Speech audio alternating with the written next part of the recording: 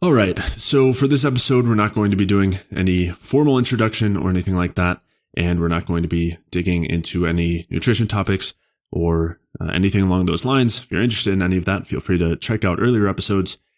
But instead, just recently, we all, and in case any listeners aren't aware, but we recently heard the very sad, heartbreaking news that Ray Peat had passed away, and wanted to do an episode talking about him, remembering him, and just discussing his impact on our lives, and just share a little bit of our thoughts and feelings.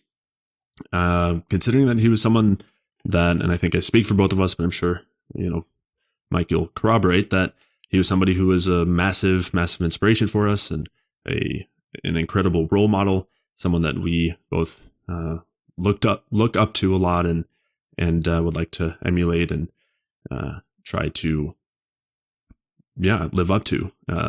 And so, I wanted to, I don't know exactly where to start with this. For one, if anybody's not aware, Ray Peat, Dr. Ray Peat, he's somewhat of a Renaissance man and has really elucidated a lot of information as far as nutrition goes and a lot of the basis for a lot of what we discuss.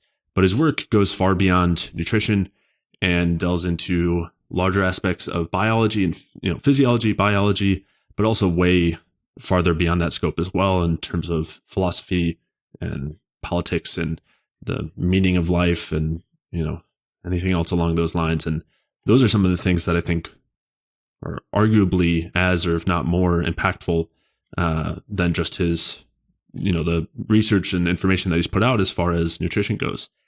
And when we both came across Ray Peat, as something that dramatically changed the trajectory of our lives. And so maybe we'll talk a little bit about that. But I don't know if there's anything you want to start with, Mike. If not, I can keep rambling. Well, I guess I have an interesting perspective on this, or at least I think it's interesting. I work with a lot of older people in the hospital, people 80s, 90s, 70s, all different types of ages.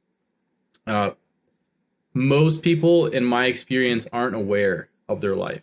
They don't really know what happened, how it happened, why it happened. There's not really like a thought process or analysis or like a meta awareness about their life and the reasons they've achieved X, Y, and Z, or have done X, Y, and Z. And a lot of them, there's not like a heavy reflection or a thought because I'll ask people, what would you recommend, or like, what is your advice? What are 3 things you think were really important in changing the course of your life? Things like that, just to pick people's brains out. Obviously, some people aren't in their best state when I see them in the hospital in the ICU, but some people are completely alert and lucid. So it really depends. Obviously, I'm not asking the guy who's withdrawing from alcohol in his 70s what his 3 most recommended tips are for his life. But I think in contrast to this, when you look at somebody like Dr. Peat, he was aware. He was aware of his existence and questioning his existence and testing things out and seeing how things worked and trying to create models and understandings of his existence and existence in general. And to have somebody who's done that for 86 years is amazing. Not to mention like the capacity he had from a memory perspective to look back and remember, well, in the 1940s and the 1950s, XYZ occurred from a political perspective, and then this shifted the dietary recommendations, and then you subsequently saw these changes in these disease patterns. Like, to have an analysis like that, even if it's N equals 1 or anecdotal, is amazing. And I think it was extremely insightful and helpful for a lot of us, for many people I work with, for myself especially. The other thing that I think he brought to light with this is he looked in research, he was reading research, but he also took his own personal experience into perspective.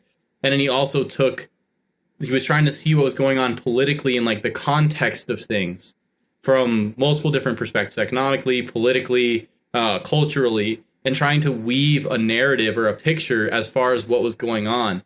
And just the example of that, and you can see that in his writing. If you read what he wrote, you can see him starting to weave his experiences together with research articles and with the cultural context, and you get this sense that this man was just extremely aware of things that were going on and was connecting these dots across multiple different spheres and creating these massive pictures and understandings that were, I mean, I think elucidated these like brilliant concepts. Not to mention that he was connecting dots from multiple different researchers and giants in their field.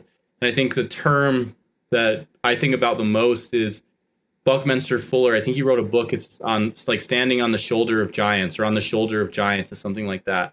And so Ray Peat was a giant in and of himself, but he also, you can see like all the giants that he relied on to source this different information. And the way I see it is, it's like, at least from my perspective, my job or my responsibility to kind of continue that and stand on the shoulders of Dr. Peat, continue his work as best as I can. I mean, he was a brilliant man, so he's set a really high standard and go from there. And I think, Jay, you probably feel somewhat similar. Yeah, absolutely. Yeah. And so there's so many things you brought up. I mean, for one, I think you kind of nailed an important piece, which is that he, I think, lived with awareness and did that for so many years that he was able to put together this extremely complex picture of the world. And that combined with, again, something else you mentioned, this constant questioning of existence and the world around him. And that led to this constellation of, I mean, a very, I guess, just incredibly cohesive view that can also make it difficult for anybody who's like looking from the outside in to have any understanding. I mean, makes trying to understand an individual sentence from an article or a book can have so many layers and can be really difficult to break apart. And that's because of those things. And I think in many ways he's one of the only figures I could really point to, or at least that I've had been directly impacted by, who in the modern day was a true thinker and like a true Renaissance man, where, you know, he's separated himself so far from the, like, you know, put the square piece in the square hole sort of thing. You know, that typical, like any scientist, anybody who calls himself a scientist nowadays, or like a doctor or thinker or philosopher. I mean, the vast majority, and again, this is a huge generality, but at least as far as any, you know, the vast majority that I'm coming into contact with or experiencing their work, it just doesn't come anywhere near. It's so narrow. It's just like narrow. It's just, let's find out this one pathway, or like, what is the effects of resveratrol on like sirtuins, and then like they become an expert in something like that, and so you just get this weird conglomeration of these cherry picked ideas from like in these like narrow viewpoints without a broader context, and it's just you just get this like, this is the stack, like you need NAD and resveratrol and stuff, and it's like Dr. Peat's work is it like that's like a grain of sand in the desert of Dr. Peat's work, like putting together like the entire perspective of stress with like all the hormonal and cellular layers embedded within that framework, and then creating like a view around energy production from like that stress system, and then having everything like flow through this central perspective. It's just, I don't know, like you just, I haven't, just like you, I haven't seen any other work be so broad yet also simultaneously comprehensive. Now, you may disagree with people may disagree with Dr. Peat on like these minor different areas and these different points, but the general principles and overarching picture that he presents, number one, is just like, a lot of people just say, like, when you read his work, it's like, it just kind of makes sense. Like the frame with which he created, the frame that he established for things, it just makes sense. Like, it just, yeah, this is, of course it works that way. Go ahead, Jay. Yeah, it goes from being meaningless, like when you first come across it, like nearly meaningless, to like the most meaning. And I'd say that because I know a lot of people who might end up being familiar with some of his nutritional ideas, but kind of, you know, aren't going to read his articles. Like they aren't excited to go and jump into one of his articles. And I think it's like one of the most exciting things you can do because there's so much packed in and not all the answers are there. Like there's this perfect combination of dissolving all of the barriers. So you were talking about like these lines of physiology, but also dissolving the barriers between the physiology and culture and like every aspect of science, not just the physics and the chemistry, but just the beauty of the world, like all encapsulated. And so so I think, as I was saying, I think he's done the perfect job of like not giving you all of the answers but giving you enough to work from. And that frustrates a lot of people. But I think that's also like I know for me that's something that's propelled me to learn in a way that I never had prior. And I think that's something that like I have felt so inspired by him to do is to like think critically and learn. I think those are like, we can talk about his nutritional paradigm, but as you were saying, like that's it. It's not that it doesn't matter. It's just an extension of the much deeper, more central ideas and principles. And so you mentioned, so there's a couple things I want to put together. You mentioned like standing on his shoulders and continuing to put his work forward or kind of work in his, like to produce content or to think even just in his framework. Yeah. And so there's a quote that was shared on the Ray Peat forum about like grief and losing people. And I think it said, it kind of encapsulates some of this, like the way that Ray answers things, the way that he thinks and how unique it is. And also that idea as well. And so somebody had asked, I understand this is off topic from what you typically teach, but I was wondering if you've run across any information or learned on your own things that help people grieve over lost loved ones and or fear of losing others to death. Thank you. This was something that was sent to Ray. And in response, he said, this is in reference to the fear, I think, of losing someone. And he says, it activates the helplessness reactions in the body, stress weakening your own life. And I think it can help to get out of that if you think of your life as a continuation of theirs, the same life, though with fewer bodies. And I mean, that's like, I think that's a really nice quote, a good way to think about it, and something that everybody's feeling motivated and inspired to live by, is to like, carry on the life of Ray through their own. And so when, I mentioned earlier, like how much he changed the trajectory of our lives. And again, that's because the information that we were finding of his wasn't just like, here's this different way to eat, right? We had eaten many different ways up until that point, but there was, I think, a handful of, and I haven't like thought about these and laid them all out. So I guess we'll see where it goes, but there's a handful of things that I think, were so strongly emphasized by him that I hadn't heard elsewhere or hadn't really integrated, from other people. And some of these were the ability to question and think critically, and also just putting those things in the forefront. He talked a lot about anti-authoritarianism, and I think that was kind of like one of the primary tenets. It goes a lot with the same idea of experimentation and the the idea that the only protocol is to perceive, think, and act. And that was like, that changed. Like, I think it really allowed both of us to separate ourselves. And again, I'm like saying these things now, obviously just saying it doesn't mean anything. I think for everybody listening, I'd encourage going, reading through his articles on his website or his books, things like that, listening to his, to interviews. But it was something that was, something that allowed us to separate ourselves from a lot of the culturally induced thought patterns that we hadn't recognized, and very much changed the trajectory of how we viewed the world. And I think another piece that goes along with that, I mean, that breeds a lot of different qualities. And I think one of them is curiosity, and kind of with, I think a natural effect of curiosity is seeing beauty in the world, probably where other people who aren't as curious don't. And I think Ray was exceptional in that. And so some of my favorite stories of his are, and he's got a lot of really great stories, but one of my favorite stories is what were you thinking of? The ants or the bird with the hose water. Yeah, it was, so the ants one, I think, was the main thing I was thinking of. There was when he was asked what his favorite animal was, and he said ants. And I don't remember the details of his answer beyond that. I think there was like a friend had ants in the house, and he was like gonna kill the ants. So like Ray went over and whispered to the ants that like they need to go because he's gonna kill them, and then they didn't come back or something like that.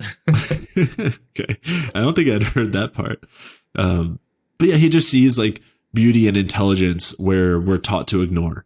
I think that's a good example. And the other one you're talking about with the birds, I know he's got some stories about. He was like watering the flowers or something in the garden, and there was a bird there, and it was like wanting him to like give the bird some water, is like whistling at him, and then he like turned the hose over or something and gave the bird some water. And he was like that the bird was trying to communicate with him and whatnot.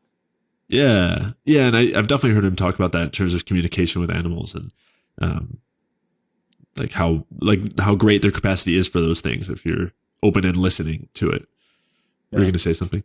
I think that for me, the thing that changed my entire perspective on things was the meaning that he put into life and existence. Yeah. Because the general like mindset that you get from school and from like the current culture, at least Western culture, is this meaningless like struggle with, and like Darwin, like a neo-Darwinistic element of like survival of the fittest, and you have to be stressed to grow and you have to keep pushing. And then Ray he completely because you don't even know that there's something else besides that, because that's just what you're inundated with from a young age, and it just like there's not a thought that there's perspectives outside of that. And then when we found Ray, it was because the other thing is like I think we found Ray at the right time, because we had gone through this perspectives and we're just like, we don't feel good and we have problems. And then you find Ray and it's like, oh, so there is another perspective. And then, but the beauty of it is not that it was just another perspective, but that it created meaning in life. So it was like the idea that the interrelation between energy and structure and complexity and like the universe and existence in and of itself constantly complexifying and increasing structure over time and things along that, which is directly counter to these entropic ideas where that everything is in decay over time and like everything is just going to move into nothingness again. It's like that takes the purpose out of existence, whereas Ray's framework creates like literally puts existence as a purposeful endeavor in and of itself. That is literally existence is there to create purpose. So it's that entire like thought process and understanding, like internalizing that, completely changed my belief system overall. And it's almost like I guess it's kind of weird, and I think I'll probably get some hate for saying this, but it's almost to some extent like a religious or spiritual experience to come to the understanding that like the world and the entirety of what we're living in is moving towards a purposeful direction, and like the goal or the outcome dependent is to like move in that direction, and that you can modulate factors in your environment so that you can further amplify that process. And the thing is, you see this play out with people. You see it play out with yourself. You come from carnivore and you're rigid as hell. You feel like crap.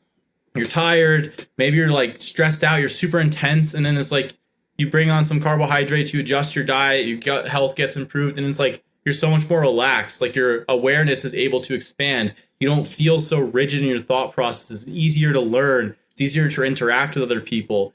And you start seeing like, especially when you read Ray's work and you see like he incorporates his whole frame, his whole perspective with the research, and then with his personal experiences, and then with like the different experimentation and reference experiences that he's built up. And then you like do that yourself, and you see when you work with your clients or you work with yourself, or you just see experiences with other people like talking about their experience in the forum, and then you read research and you start to put all of these things together. You start to see, well, shit, Ray's stuff is kind of like, it's kind of making sense. Like you're kind of seeing this pattern unfold in a similar direction with people.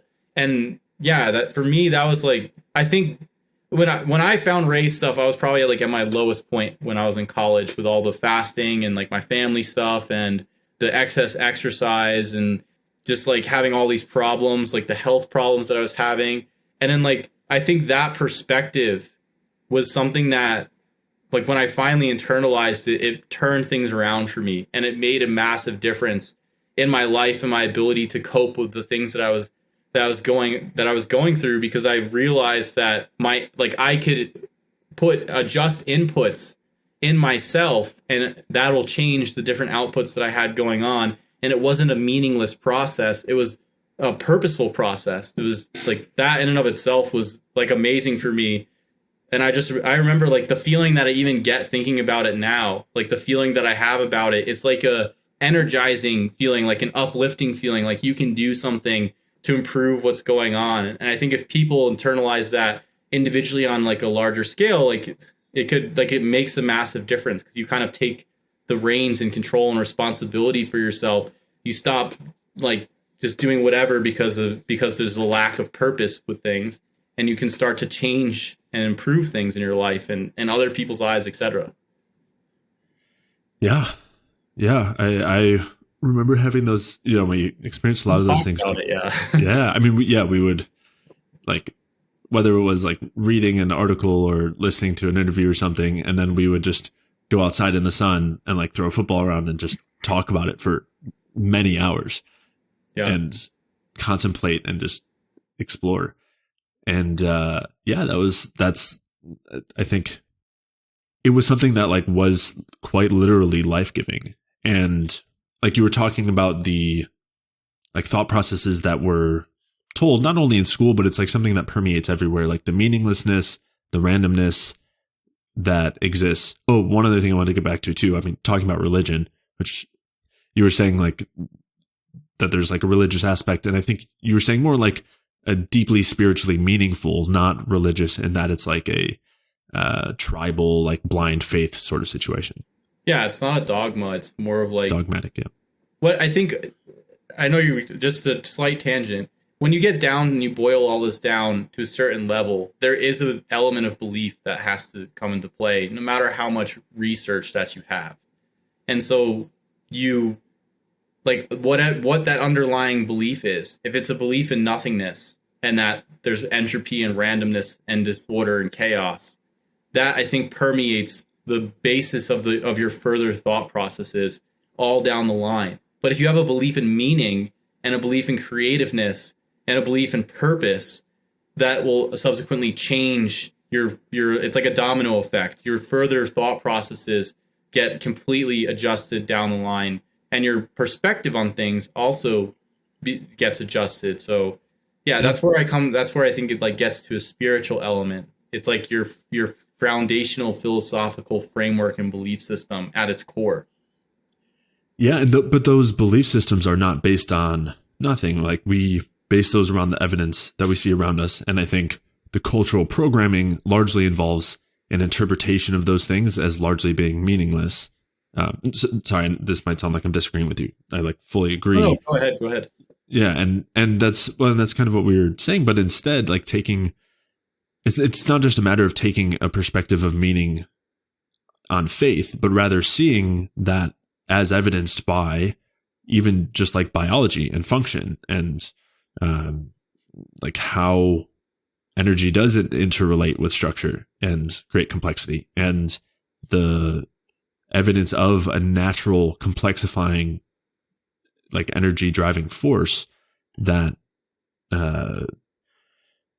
has its own meaning. And then when you have a thought or you have an action or you do something that makes you that like improves your function and feeling, like that is not selfish anymore. Like it can be a selfless, like that becomes a selfless act that is providing for the rest of existence, the rest of the world, but the rest of existence.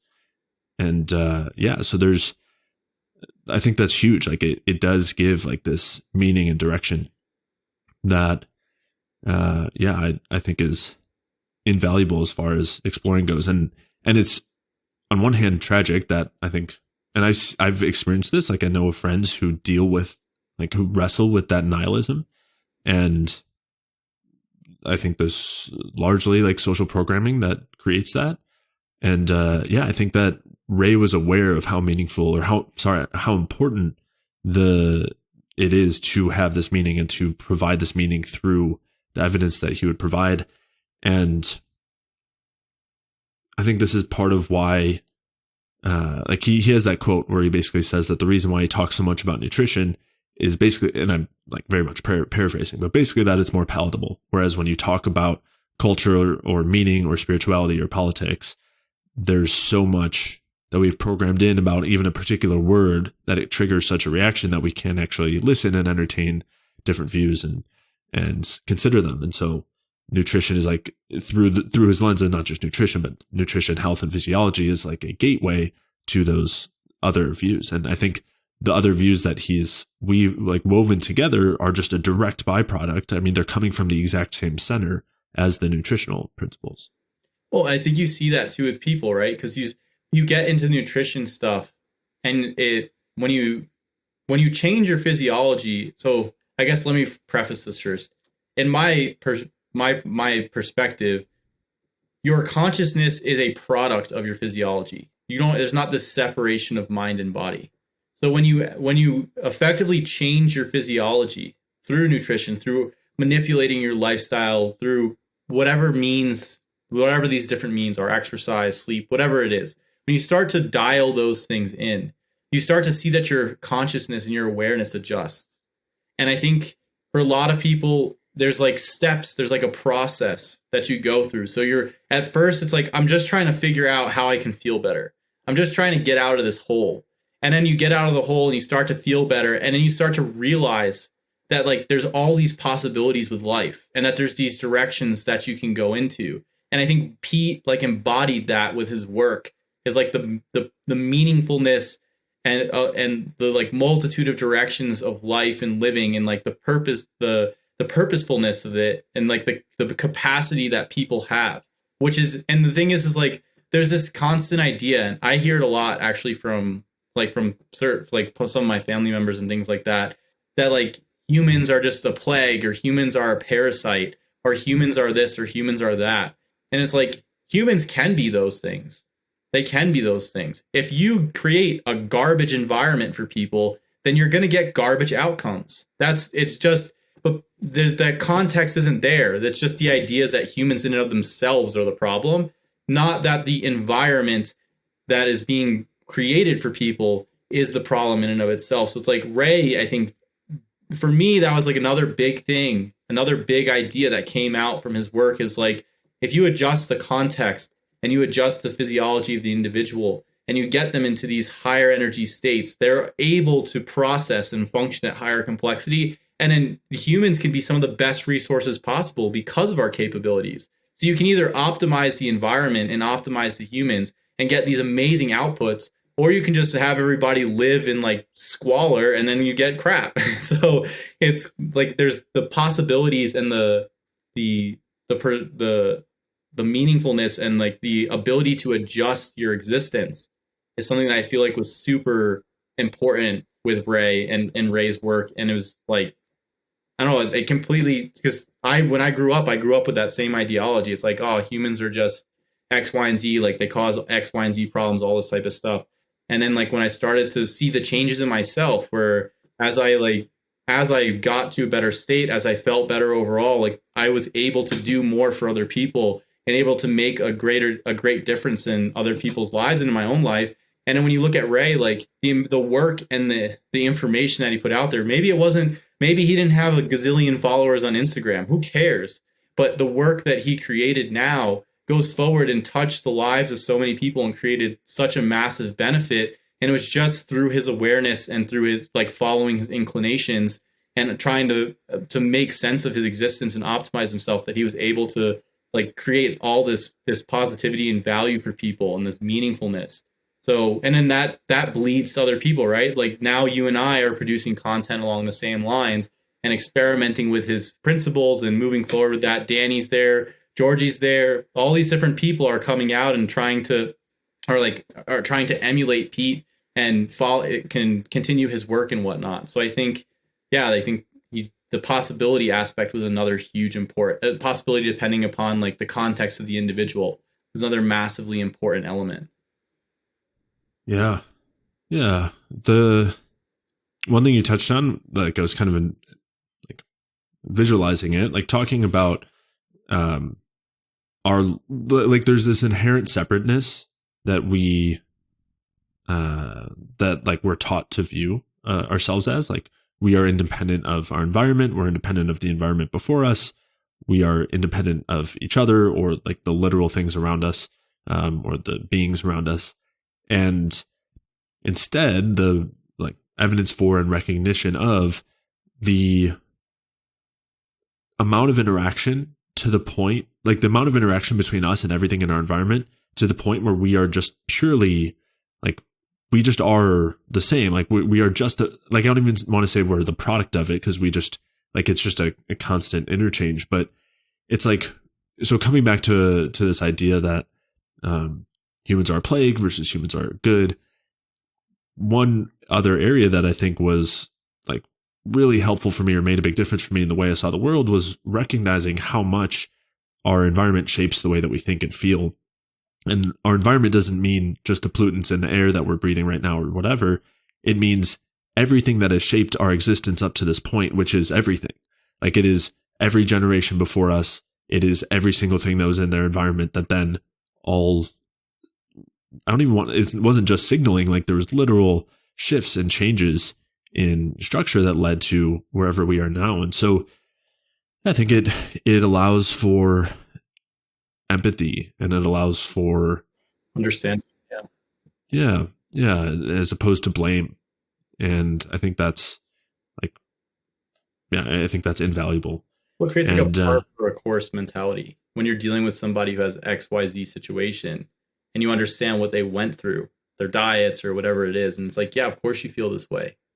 Of like, why would you not, based on everything that, and taking, and also taking all those those variables into consideration, because they're not taken into consideration, right? It's like there's so many elements to adjust.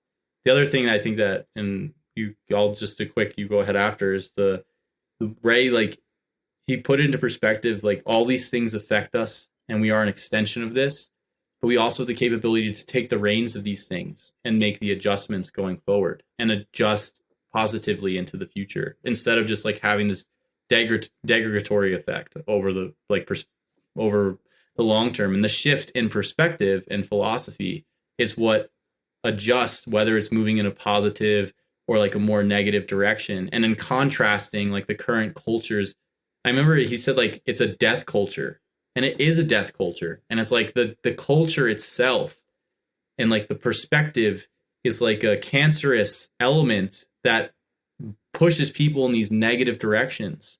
And it's not, they like completely invalidates their ability to take the reins of these things, because it just discounts them as even possible. yeah, and one of the most prominent pieces of that culture is this us versus them mentality, the separateness. And the kind of flip side of that is what I was mentioning, and recognizing that not only are we all the same, but also getting to a point where we are able to have that empathy because of the recognition of what has brought somebody else to a point where they have a certain action or belief. And it completely like abolishes that mentality of like the us versus them, like the idea that any human around us is a plague or is an enemy or is anything other than Like it's like a competition, right? Like everyone around you is a competition. Right. Yeah, eliminating that idea. Yeah. Yeah. And instead, that kind of intense camaraderie and recognition that we're all a piece of the same. We're all working toward the same thing. Like having trouble articulating it. It's like the competitiveness versus like competition. That's like competition versus collaboration aspect. Yeah, or cooperation, but the cooperation like coming out of a place not of just saying like, oh, we can do more if we work together, but rather just the recognition that like we like are all the same, like we are all together, and they're like as a unit, we're all moving in one direction or the other, and if we're competing with each other, it's going to push us more in to a direction of the death culture. Yeah. Well, and then the competition being a product of the physiology, right? And that was like Ray was talking about, like the locust stuff, where it's like if resources become scarce, grasshoppers turn into locusts, and then it's working through the serotonergic system, and then making extensions of that to humanity and society. Like that's just like a mind blowing perspective. I remember when we were like having conversations about, because this is one of your favorite topics, right? Is the like Darwin versus Lamarck, evolution, competition versus cooperation stuff. So like I know where you like keep teasing that we're gonna do a series on it, but it's like this is your pet project. But I remember it was like mind blowing for both of us to like put that into perspective and be like, oh yeah, like that makes sense. And then you like see it in your own environment with people. And you look at different portions of society, like, of course, they're like these parts are going to be degraded because there's such a lack of resource and environmental enrichment in these certain areas, and you're of course going to get these outcomes for these people. Yeah, and we will do that series at some point for sure, and others like along the same thought processes, and maybe exploring these ideas a lot more. I'd love to spend that time and dig into them. Yeah. Yeah, there's a lot of there's also like and I know some of these were shared by Georgie as well. Like some of those rat experiments, like showing that they'll sacrifice something for themselves to help others, and like sharing food and like helping another rat escape from a cage, even if resources are scarce and things like that. Like the inherent good that exists and desire to help others, which again, there's the whole pessimistic view that that's just selfish, and the whole idea of the selfish gene. But again, we'll have to dig into that in that evolution series. I think it like put it into perspective that there's like a spectrum, and it's dependent upon like environmental and like there's like environmental elements, resource availability, and then like actual structure and energy of the individual. So like when structure and energy of the individual are low, there's like rigidness and like a movement of the hormonal and energy systems towards conserving for the self. And then when like the environment and whatnot is enriched, you start to see like these more altruistic behavior patterns come into play. So it's though like it's just exactly what we've been talking about the past couple minutes. But it's like when you put that into perspective and you extend it across like from a societal perspective, you start to see, wow, like what would be possible if people started to collaborate and people started to try to like improve their entire environment. And again, it's not just like climate change or pollution. It's like environmental existence in general, like formation of communities, adjustment in working culture, quality of food, access to food, like quality of interaction, like the actual education process, things along those lines. Because a lot of us, like even you and I were just talking about this before the call, like for both of us, like our 20s were spent like just trying to figure out how are we going to like make the rent and pay the bills type of stuff. And it's only now at this point that we still got some years left. Well, 20s. Yeah, but it's like I remember like it was much harder earlier on, and then now as you get to this point, as you progress more, it's like now you start to have more time to start to like do these other projects that you always wanted to do, or get involved in these things that you like were always interested in doing and pushing forward and whatnot. Whereas before, it's like you couldn't even do it just because you had to pay rent. Rent had to be paid, the food had to be paid, like whatever the deal was. So it's death culture. Death culture, yeah. And but like into the culture and like as an extension of the death culture, it's like it's glorified. I do X number of hours a week, and I like stress myself out in X way, and I cold fast. I cold exposure, like I take cold showers and I fast all day long, and then I work 80 hours a week, and then I run a marathon, and then it's like, yeah, and then like at 34 years old, you like have whatever problem, like you have all these problems, like you're just done, you're cooked, or 30 years old or whatever it is. And it's like the culture celebrates that stuff instead of like an element of like taking care of yourself and like and modifying these things in like more of a beneficial way and not tapping into the stress and whatnot. So yeah.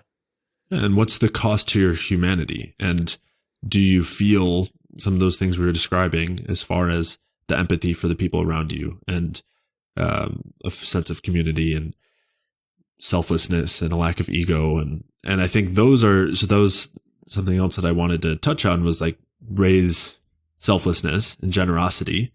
And like so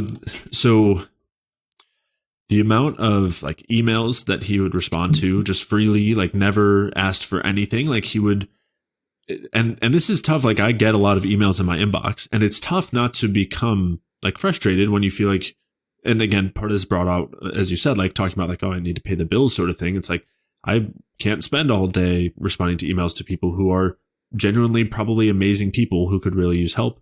And of course, like we are always trying to create situations that allow us to help those people. But Ray being somebody who was incredibly generous with his time and energy and effort, and I like the number of people. So I listened to the Remembering Ray Peat episode on Danny Roddy's Generative Energy podcast. I think it was episode 90. And the amount of people who, between there and like the Facebook groups and seeing posts on Instagram and posts in the Ray Peat forum, the amount of people who said that they had conversations with Ray through email, the amount of people who said that, 15 years ago, they were having this issue and they picked up a bottle of Progesti and were told by the clerk at the health food store, maybe it was 20 years ago, and they're told like, oh, talk with this guy. And they called Ray, and Ray had no idea who they were, and talked with them every day for a month and like helped them fix whatever issue. Or just the number of people who said that like their lives were literally saved by him, again, just selflessly, generously giving to like, again, whether it was talking to them on the phone or answering their emails or whatever it was. I mean, it's like monumental. It's just, it's, I think, such a huge testament to everything that he preached and taught and explored. And also just like an inspiration to me. And he was, and again, like all of the free articles and the very inexpensive newsletters and the many free interviews, him dealing with all them on the phone because he wouldn't use the computer, cell phone, or whatever the situation was, him with the landline. Like he was incredibly generous and selfless and giving, and like the amount of content and like work that he did was just incredible. And I think anybody could spend a lifetime like digging through it all and trying to put those pieces together and understand the people who he would cite and share to the extent that he did. I mean, it would take a whole life of living that, which I think is something that everybody in the community is feeling inspired and motivated to share the burden of and try to continue with. And there's one other piece of him that I think is important that I want to touch on, and which is just, again, the lack of ego and the fact that he never cared about recognition. He never cared that like whether certain people accepted his views. He never cared, like, again, you said followers. I mean, he's never had a social media account or anything like that. And when there was, I talked about this I think it was on a bioenergetic helpline, but recently there was like some big papers talking about how the like serotonin model of depression, like there was all this evidence against it and it wasn't actually reality. And this is something that Ray's talked about for a very long time. Like there's so many things that Ray was like 30 years ahead of his time on. Before coconut oil was like the craze in the paleosphere. It's like Ray has a 1970s coconut oil article. Yeah, he was doing keto again, and way back then, which book was like written in the 70s? I think it's like the nutrition for women or something. Yeah, discusses like all these supplements and like all this stuff that people in like 2020 are like, like vitamin B6 and tyrosine. It's like, I'm not saying that Ray like specifically mentioned that, but like he was talking about all the vitamins and all these different things like 50 years ahead of everyone. Like he was so far ahead of his time that, and like people, even in like the early, like maybe 2000 teens, so like 2010 to 2020, like there was all these paleo low carb advocates and whatnot. And like, they just like would bash Ray or like call him a quack and stuff like that. And then it's like now everyone's like coming around to his ideas. Like, carbs. It's like, that Ray Peat guy's like, he's literally been discussing the mechanism. Never heard of him. and the Never heard of reasoning. him. Yeah. Never heard of him at all, but just like I came up with these ideas myself. and like the omega-6 stuff, right? Like the omega-6 stuff came out in like, I don't know, it started getting like big with the paleo stuff, but like big names like Dr. Mercola just started promoting it within like the last couple of years. It's like Ray Peat has been talking about the problems with omega-6 before the 2000s even started. And Yeah, like yeah. 20 years later, people, or even longer, people are like, oh, omega-6 is a problem. That's the big problem. It's not that the carbs are the problem. You can bleach switch. No mention of Ray, but like his work has been around and talking about all of these things that are coming to the forefront now, like way before it was hitting. I mean, we thought we were ahead of our time when we were reading Ray's work and talking about omega-6 and the benefits of carbs and stuff like that coming from like the keto and stuff in like 2013, 2014, 2015. But it's like when you look at the dates and stuff, Ray was doing this decades before. It was like he had already, he's like, this is already done. Like this is decided. This is understood. Yeah. Just wait until the omega-3 side hits, right? Everyone's on board with the seed oils and omega-6s, but we'll see how long it takes to convert everyone to the anti-fish oil side of things. But what I was getting at before was, so in terms of the depression and serotonin, these papers, this like big study that came out wasn't talking about like, oh, serotonin is harmful, hibernation hormone, all those things. He was just saying like serotonin, like low serotonin doesn't cause depression. That's clear based on the research. And I think on Generative Energy, they had asked Ray about it, and he just was like, oh, like it was something positive. It was like, oh, that's great that like they're saying that now or something. I don't remember what exactly it was. And with all of these things, whether it's people who are basically saying verbatim things that he's been saying for decades, that's kind of what I was alluding to, like people saying like quotes of his, but saying they've never heard of him kind of thing. But whether it's that or just his ideas that have absolutely permeated throughout the health, nutrition, alternative health world, again, without the recognition, or again, the mainstream ideas, where like instead of him feeling some like Frustration that he wasn't recognized. Yeah. Instead of that, it's just this. There's like no ego. It's like I really like. It's just like this incredibly positive feeling that things are heading in that direction. Like what a great thing to witness and experience and to see going forward in the future. Like to hope that actually happens and starts to shift the deeper things too. And I know that like I have felt I'm trying to think what the word is.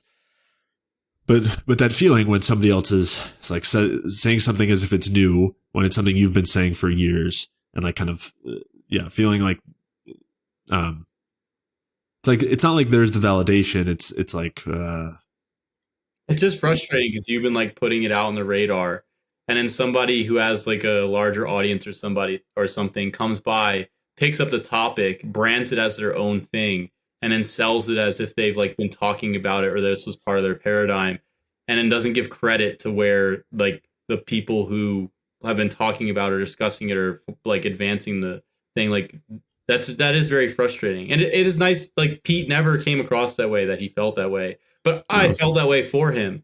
Like when I saw the omega-6 stuff, like when who is it? Is it Tucker? I don't know his last name. Tucker Goodrich? Tucker Goodrich. When it was Tucker Goodrich, like when I saw him talking about like there was like a Dr. Mercola interview and they were talking about it. And I was just like, this guy is advancing nothing new. Like this is something that Dr. Pete has discussed for extended periods of time, the problems with omega-6 and seed oils.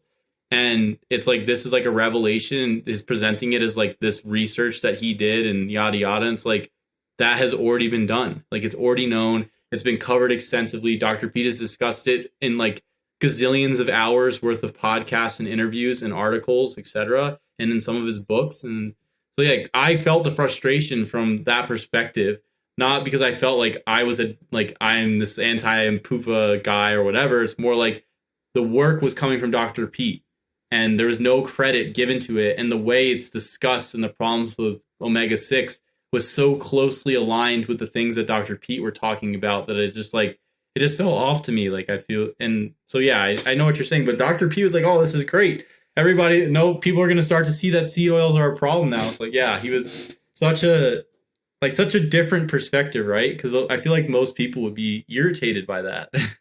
But that, yeah, but everything he did, like in not caring about having a following or making like profiting off of his ideas or anything like that. I mean, that's the whole point. I mean, that's a huge piece of it to try to work toward, to try to further on, right? It's not just about the information; it's those ideas and feelings and concepts, and carrying with that like selflessness and that lack of ego. I mean, I think is incredibly important. Like, and this when you look at it, the stupid thing is if you feel like you were the first one to put forward an idea, and then there's Ray, but Ray was, as he said, like building off the giants before him, right? It's like that's the whole point is it's all one line of connection from generations and generations, and it's not about any individual being like deserving the recognition. That's part of the whole problem. Continuation of the ideas and concepts. Yeah, the progressing of it and allowing that to be the progression of humanity, like allowing that to contribute to the progression of humanity and the benefit to, again, if not only benefiting humanity but just the like existence. That's the whole point. So yeah, those are some of those things that I think are I think worth keeping front of mind. The funniest thing for me in terms of Ray's selflessness is when he's on podcasts and people ask him a question, he never shuts them down, even for like the most ridiculous questions that are clearly not aligned with his work and like the things that he discussed. He never shuts anyone down. He's very much like, you can only tell if he disagrees to some extent by the tone with which he says yes. So it's like he'll always say yes, and then he'll just give an explanation. He never tells somebody, no, that's not right. And I think that like lends credence to his like just how he was as a person as well. Just he never wanted to shut anybody down. He never wanted them to like it. He never wanted to create a circumstance where it's like, I'm right, you're wrong type of situation. It was always coming from like a learning perspective, or like having the person come to their own understandings of these things and whatnot.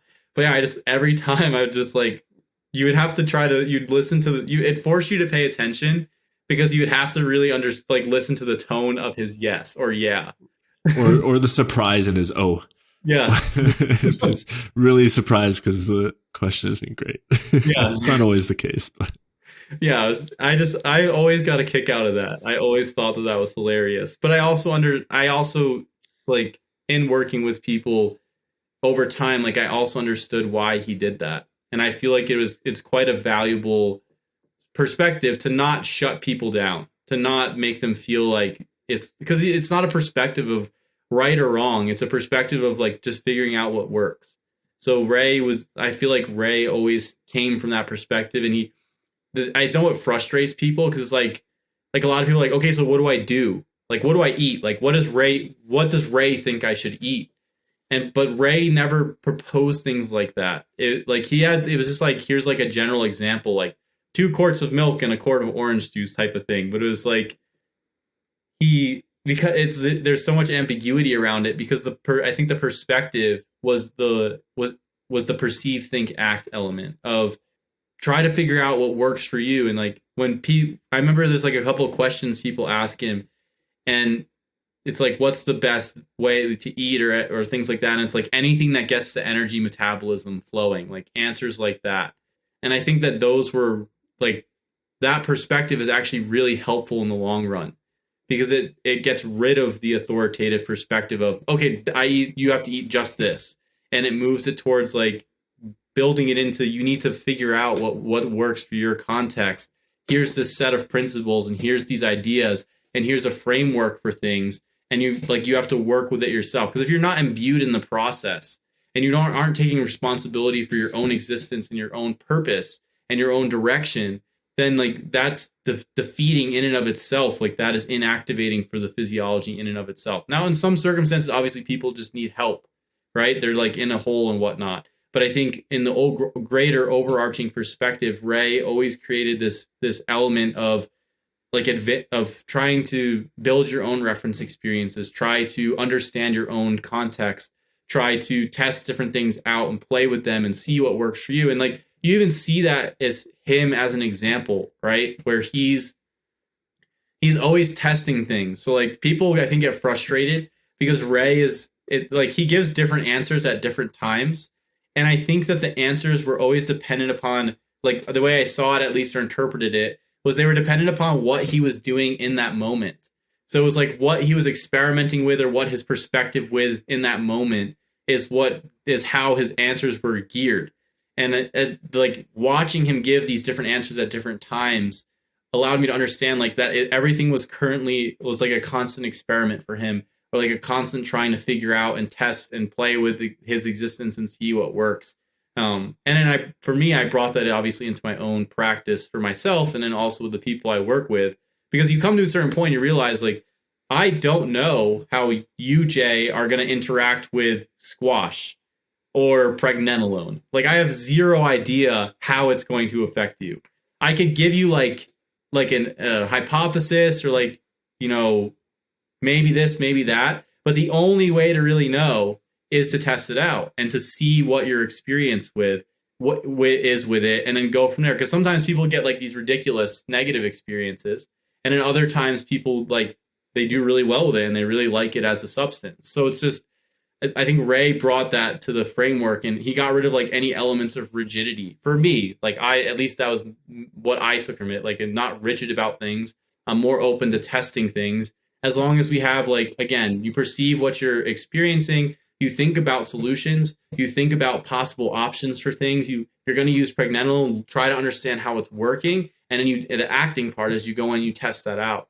So I think like he gave this framework for testing. He gave this framework for interacting with people who need help, and he gave this like massive perspective and philosophy in terms of understanding existence. Like there's so much value in all of those things, and has nothing to do with milk and orange juice and liver, oysters and fruit. It's like that is like I think for me that was like the most massive value that I got from him, is like these ideas and concepts and frameworks and philosophies on things. And like that massively changed my life and how I go about my own life and how I interact with other people and how I understand all of the different circumstances and contexts with which I function in.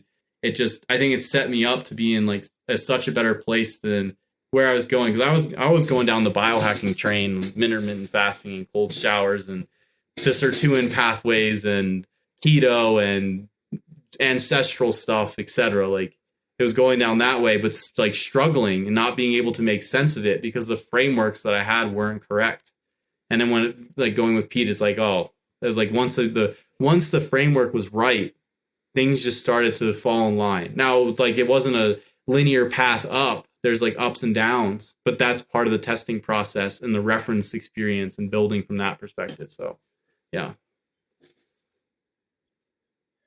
Yeah, I agree. I agree. Yeah, I know.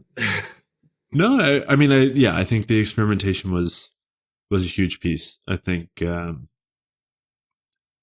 as you said, like his openness and like the like never shutting people down, but also being open to kind of any possibility being, I think, a key part as well.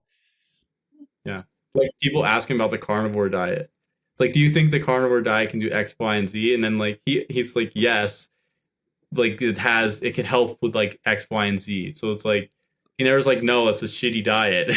It was always like, yes, there's these benefits, which is just, yeah. I know it creates some confusion for people, but it's also like I think it was helpful because like he's not wrong. Like there are benefits to some of these things, which obviously, you know, we've talked about before and recognized just as an example.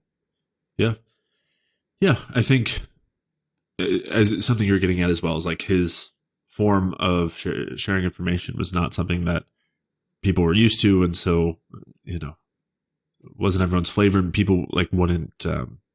It just wasn't the answer they was looking for, but obviously it was way more valuable of an answer, and the many people who would take that and dig further and look for answers and look at his other information that he shared, I think got a more value from it than they would have ever hoped otherwise. Yeah, I mean, I think people are looking for like a Dave Asprey book type of answer, and Ray Peat's answers are like, well, it depends on this context kind of situation. And I think that's another thing that I think was really valuable that he brought up is the idea of context and the idea of understanding that your current circumstance will alter your outcomes even with the same inputs. And so, and that's something that is not like, it's not discussed. It's like there's this idea that the context is consistent and or the environmental elements are somewhat consistent. It's like it's an implied in a lot of people's understanding of things. And so when you start, like, even when you first start talking to people, it's like, well, maybe now you don't do well with progesterone, like some women, but let's do X, Y, and Z. And then, oh, well, now you try to progesterone. It's like, oh, wow, I feel great. And so it's like that adjustment in the context in the different situations where at one point in time, you may not do well with something. And at another point in time, you'll do well with something, or like just understanding like the context of different cultural elements or pieces, or different, like the research within a perspective of the context, like always trying to understand context was something I think that Ray like really brought to the forefront for us, or at least for me, and my understanding of things, and making like taking that into extreme perspective, like into primary perspective, instead of like this implied, because like you have this idea like, oh, keto is good for everyone under different circumstances. And you watch like during the pandemic and all this stress stuff, like all these keto advocates being like, oh, I need carbs now. And it's like, yeah, when you're under increased stress, your context has been adjusted to that perspective. You're like you're going to reach for something to manage that. And so, yeah, just very, I think that was like a really valuable piece that Ray brought, at least to the forefront for me. Yeah, no, absolutely. Yeah, I'd agree. There's one other thing I kind of wanted to close with, but I don't know if you had many other things you wanted to touch on. I mean, I could rant about all the things that Ray, like the improvements and the things that I learned from him, and that I continue to learn from his work for hours on end. Like, it's something that I think for me is extremely exciting because it's so personal, the level of change in my life and the amount of like respect that I have for him. And the thing is, like, I've never talked to Ray. I've never had a conversation with him. I think I sent him like 2 emails trying to understand. Like, when I was trying to understand, we were on the call with him once, but oh well, yeah, but that we didn't really get to talk to him. Like, right, yeah. But yeah, just like he literally was like a mentor to me. I feel like his work was a mentor to me, without even never having to talk with him. Like, it was just that powerful. Because you go online, there's researchers who put out interesting content. Like, we always talk about AJ Holbert's membrane pacemaker theory stuff, and there's like different blog authors who have like all these interesting theories and things like that. But I never consider them mentors, because I don't like, they teach you some type of knowledge. But I feel like Ray's work created a level of wisdom and understanding and like a set of principles to exist that were like far beyond understanding like what happens with PUFA in the membrane. Like, it was just this massive, I can't, like, the work was just so encompassing, just so massive, just so monumental. And then like it's also set the tone for, I think, like lifetimes worth of future experience and understanding of like not only his work, but the other people that he references. Like, we got into Hans Sellier's work and was reading Hans Sellier's books because of Ray, or like I was reading Buckminster Fuller's stuff because of Ray. And so there's just all these different authors. Like, Ray is like a gateway drug to all of these perspectives. And then the same thing, like even before Ray, like I don't think I ever fully got imbued. Like, I didn't get fully imbued in like these alternative theories on what was going on in current events in the world. And once I changed my diet, I started to feel better, etc. I started to, like, I knew things weren't right, but I just didn't have the energy or the time or the wherewithal to care about it, because I was only primarily focused on myself and trying to figure out what was wrong with me and get better. And then once I felt better and I was able to expand my awareness, like Ray was like a gateway into that as well. Where it's like trying to, like, literally seeing the industry influence on things and like what's really going on, or having like a broader perspective of what's going on in the world, instead of like what you just get fed on a regular basis. It was just yeah, it's like expanding your mind on so many different levels and understanding, like, maybe not, I don't think ever fully understanding, but broadening the perspective in all these different areas on what's possible and what's going on, and reading between the lines and the subtext of things. And yeah, it's just like, I don't know, his work is just, there's so much there. Even now, like, we've almost spent 10 years with it, right? Or maybe a little less than 10 years. And I still read a Ray Peat article and learn something new, because there's so much depth inside his work from multiple different perspectives, that it's, even podcasts. I still listen to his podcast. I can listen to the same podcast again and still learn something interesting that I may have missed the last time, or view something in a different perspective. Because a lot of times, like, you don't even understand his work at first. You don't understand it. And then as you learn new things, like, you get new realizations from it as you listen to it again. Um, so yeah, there's so much there. There's so much there from his work and from the people that he referenced. And then there's just so much to continue with, like, all the stuff that he left for us. Like, there's just so many places to go with it. It's actually quite exciting. I mean, it's for me, I feel like it's like my purpose to continue what he's, like, put out there. I don't know if I'm not trying to be like a Ray Peat, I don't think that that's possible. He was his own man, but I would like to continue, at least for me, continue his work and continue to celebrate his work, and keep trying to, like, advance different perspectives as best as I can, and go from there. Yeah. Yeah, there's a good handful of things you mentioned that, like, I know you were like, we could have left it there, but I want to go back there. There's just like a couple things you mentioned that I just really resonated. So one was you were talking about, I don't remember what the subject was, but just something that, I think it was like politics. You were saying like it wasn't of interest to you. I know history was something like that for me. Like in school, I never cared at all about history, and now I find it fascinating because of, like, a recognition of the connection between history and culture and the evolution of culture, and how that influences, like, science and, of course, nutrition and physiology, and, like, reading books now about different perspectives throughout 19th, 20th century. It's really cool to kind of see these points that Ray would mention at different times and how they all fit together. And so, yeah, I mean, it's something that is now fascinating to me, along with, geology or climatology or, whatever it is, all sorts of different factors that before just were, because they were so separate from the things because I thought they were so separate from the things that I was interested in. I didn't have any interest in them, but yeah, Ray was someone who made it very clear that wasn't the case.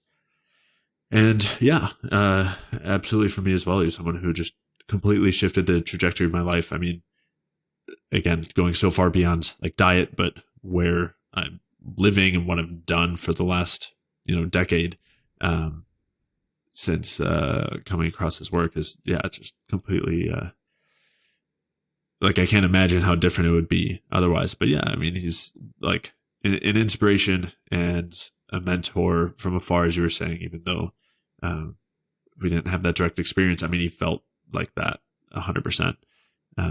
I just wish that we did a podcast with him or talked to him or something. That was probably, like, the only regret I have, is that, and we never got to, like, really, like, pick his brain on certain things to talk. But the thing is like, there's just so much to cover. I don't even know where to begin.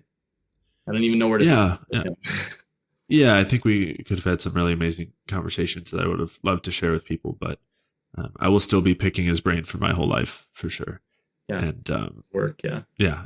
And as you were saying, like, working to continue his work on, and that flame. And yeah, I think everything that he embodied has created this community that now exists. And I think, I know for me, and I've talked with a lot of other people who I think feel similarly. Just after Ray passed, I just feel like, aside from the, like, overwhelming sadness and loss, this intense feeling of camaraderie and community with, and love with the other people in this community. And I think everybody is really inspired to continue carrying pieces of his work forward. And I think the amount of talent and intelligence of, between people in the community who are all incredibly knowledgeable in different areas and can take different aspects of his work forward is just, I think there's so much potential. And so that's really exciting to see. And I'm, excited to try to be a part of that in whatever way that I can. And I can think of no better purpose than that. Yeah, he's just, I don't know. I told you earlier, I was incredibly sad and I was just shocked when I found out that he had passed. I didn't believe it at first. It was there's no way. I don't necessarily know what happens, but that was my initial feelings were extreme sadness and shock. But then the thought of next thing was more of a gratitude for Ray's work. Yeah. Because I think so I've emailed him I think 2 or 3 times in this entire throughout everything. One, I was really stumped about prolactin in the stress process. I wasn't understanding it. Because you can understand cortisol and adrenaline and growth hormone and yada yada turning down a thyroid, but I didn't get prolactin at first. And so Ray, I was asking about that. But I think the other time I sent him an email, just I just a one sentence, but Ray, I really thank you for your work. You've changed my life.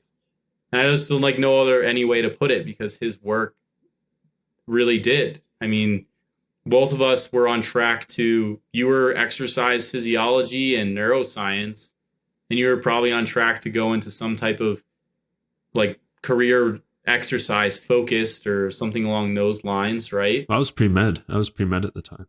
Yeah. And then I was nursing, and I had initially been pre-med, and then I was just going to go to be a nurse practitioner or something along those lines. We were in the alternative spheres already, right? Because we had done paleo and keto and all that and all those types of things and the biohacking and intermittent fasting and yada yada, trying out all those things.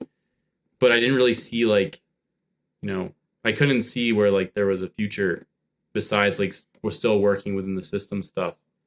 And I think Ray's entire perspective, his things completely changed the directions that I was going to go. I was still going to be health related, but just the way I was going to go with it and the way I live my life and how I go about things were completely altered just by his work, by his writings. That was it.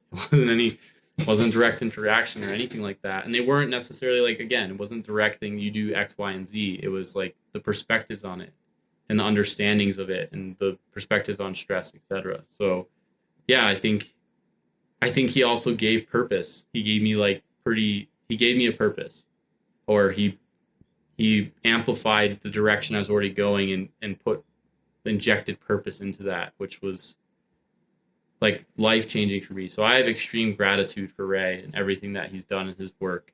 And I have the desire to continue it. It's something that I think is extremely important for me and I feel called to, versus just working in the hospital or getting a nurse practitioner degree. Those things all became completely irrelevant from his stuff. They just became this is just a job that I do to make money. I don't really like it, but I need to live right now, and then figure out some way that I can continue researching and looking into things and understanding all of these things in greater depth after looking at Ray's stuff. So yeah, he's created this, I don't know, it's this secret life on the side that will become full as we continue. Yeah. Yeah, I don't think I have too much else to add. I would definitely echo the feelings of gratitude and love that I felt from Ray. Again, even having nearly no interaction with direct interaction with him, but I think so many people have felt that, and I think I don't know. Just I hope to continue to celebrate him and his work as as we progress forward with ours. So. Yeah, I think it's I think that there's going to be, as we continue with the bioenergetic stuff, that the community will maybe start to become a bit more cohesive, because it's kind of all over the place now. But I think you're starting to see some of the people starting to come together a bit more, and so yeah, I hope that the bioenergetic community can start to interact a bit more. Some of, like how we do our podcast with Danny now and stuff like that, but start to bring people together and continue to like promote, or maybe not promote, but like continue the work and whatnot, and the understandings, and helping other people to better understand it, etc. Because like there's probably some 15-year-old now. Well, I know there is because I have multiple conversations, but there's like probably some 15, 25-year-old guy who just finished carnivore and intermittent fasting and has a whole bunch of hormonal problems and need like just finding Ray Peat and is like downing gallons of milk and stuff like that. So yeah. Well, so I think there's a lot of people, like, I think there's a lot of cohesion within the community, and I hope it continues. I hope it amplifies for sure. yeah. That made me think of one other thing, which is just beyond a community that's so, I think, filled with those feelings that Ray's work has evoked, like the generosity and selflessness and curiosity and community orientation. Like, there's also very few that are so wide ranging, like so I don't know, like heterogeneous as far as like the types of people that have just felt so inspired by him, and like, again, like just every side of every spectrum.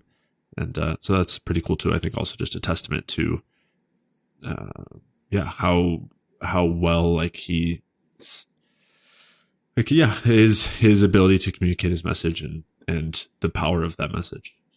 Yeah, there's definitely like such a broad range of people from different backgrounds who were able to connect with his work. Not everybody's going to go for like the Randall cycle in-depth physiology stuff, but for some reason Ray was able to like make the Randall cycle important to so many different people, regardless of whether like they understood the specific enzymes or whatnot. Yeah, it was just he connected with so many people in his work. I hear like from so many people, it just makes sense. That's like the common thing that I hear. It's like there's this element where it's like I don't fully understand why it makes sense, but there's like an undertone or a feeling to it, or an intuitive aspect to it, that it just makes sense. And I think initially that's something that I felt with Ray's work, because at first I didn't understand all of it either. But then as I interacted with it more, I was like, wow, this is like so many realizations now that I hold. It's just like, yeah, par for the course, standard understanding, were like massive changes initially. And when I look back, I'm just like, wow, like there's just so many times like reading his stuff was like light bulb went off, and my like completely changed how I understand my existence in general, and like the model that I have to understand the world and how things work. Just like now that it's all normalized, right? It's like completely normalized, but it was at first it wasn't. It took time. Yeah, absolutely. So I would, very highly recommend that people go ahead and check out Ray's articles on his website, which I'll link to in the description. His books, which I don't know what the easiest way is to access them, but I'll try to leave those in the description too. And, all the many interviews he's done, I'll try to link to some like databases of all of that. And also, websites that are, and just different people who are trying to further the information. So yeah, I would highly recommend exploring all those things. And hopefully we can all carry on the massive torch together. And take, continue to, maybe all together we can continue to be part of Ray. So yeah, or just take a ton of thyroid. We'll all just take a ton of thyroid in celebration of Ray. Everybody get your Cynomel, and we'll all take 5 mics, toast to Ray.